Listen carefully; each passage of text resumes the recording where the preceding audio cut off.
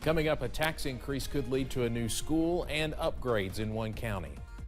Dedicated to Eastern and Southern Kentucky, this is WYMT Mountain News at 11.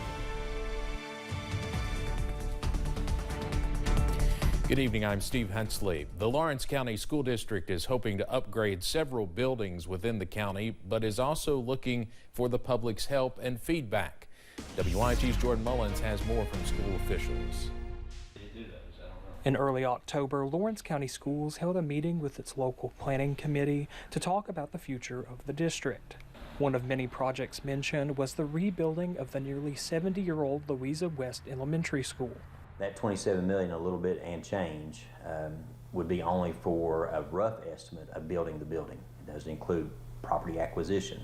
It doesn't include any type of preparation of the property to be built on.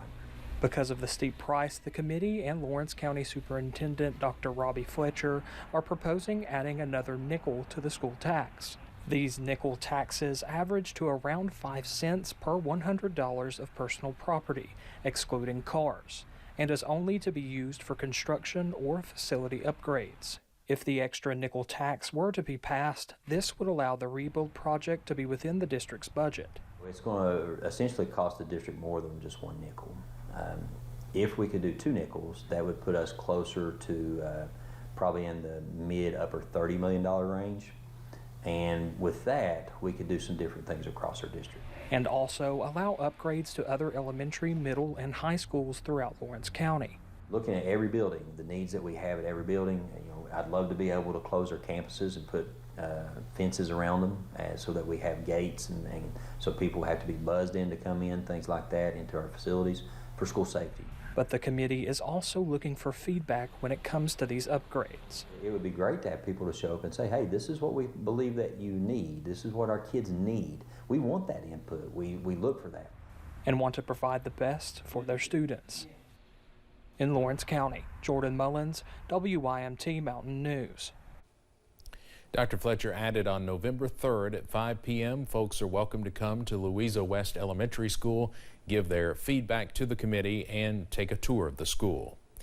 One Floyd County student is getting Halloween ready, hitting the streets next week to trick-or-treat in a new way, thanks to a group of high school students. Gavin Riddle was gifted a super Halloween costume last week. The adaptive Batmobile will allow the 6th grader to celebrate Halloween in a special way since he relies on a wheelchair. He says he is in awe of the Floyd County School of Innovation's engineering students that made it happen. Thank you so much.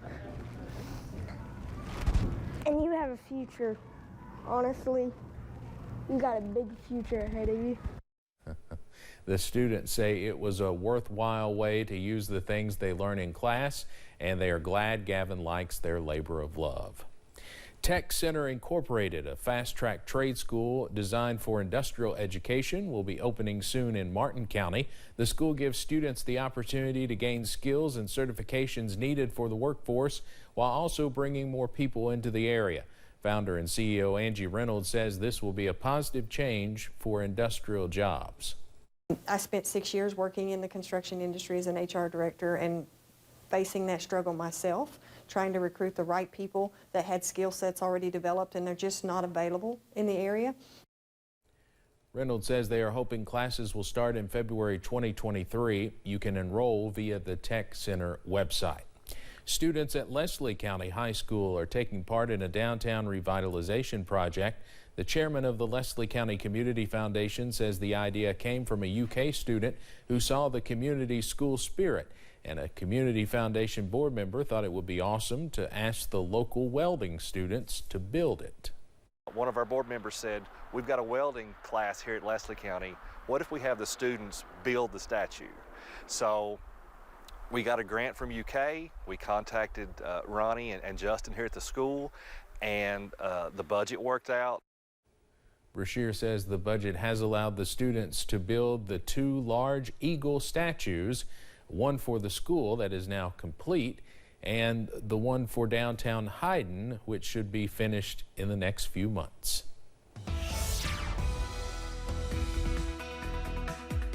Well, chilly air returning to the region as we head into tonight. Still watching those temperatures falling into the 40s. Look outside from our several stations. London Corbin Airport right now, you can almost see the clouds in the distance trying to break up. 47 there. Good news, winds have calmed down as well at many spots. 46 here in Hazard. Same thing over into Pikeville. And you see upper 40s throughout much of the region. Few mid-40s already sneaking in.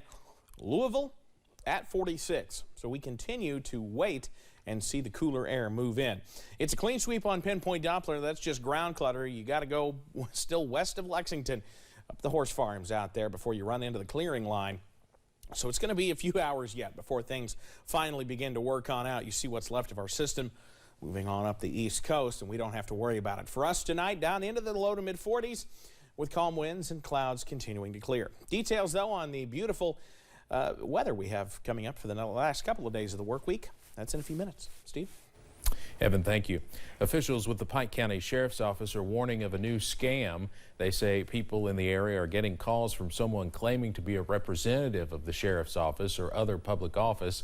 The sheriff says no one from the department will ever call you and ask for personal information, money, or gift cards. They urge people not to give out information over the phone. Health experts say we could see a triple-demic of COVID, flu, and RSV cases. You can get all three at the same time, but health leaders in Perry County say COVID cases, at least in the Kentucky River District, are going down. But they say you still need to be cautious and make sure you wash your hands often. People talk about, it's RSV season, don't be kissing on these babies when you see a newborn or whatever. Yeah, we want to congratulate the parents and so on, but we have to be very, very careful. If you are experiencing respiratory issues, you should see your doctor and stay home from work or school. A Southern Kentucky Health Department is giving opioid rescue kits to businesses and organizations in the community to help save lives. Fast Tracks, a business in Whitley County, already installed a kit. It is stocked with Narcan nasal spray, a CPR mask, and instructions in English and Spanish on how to respond to an overdose. The kit has only been there for a month, but it's already been used several times. The Whitley County Health Department director says their local EMS has responded to 51 overdoses in the first 10 months of the year.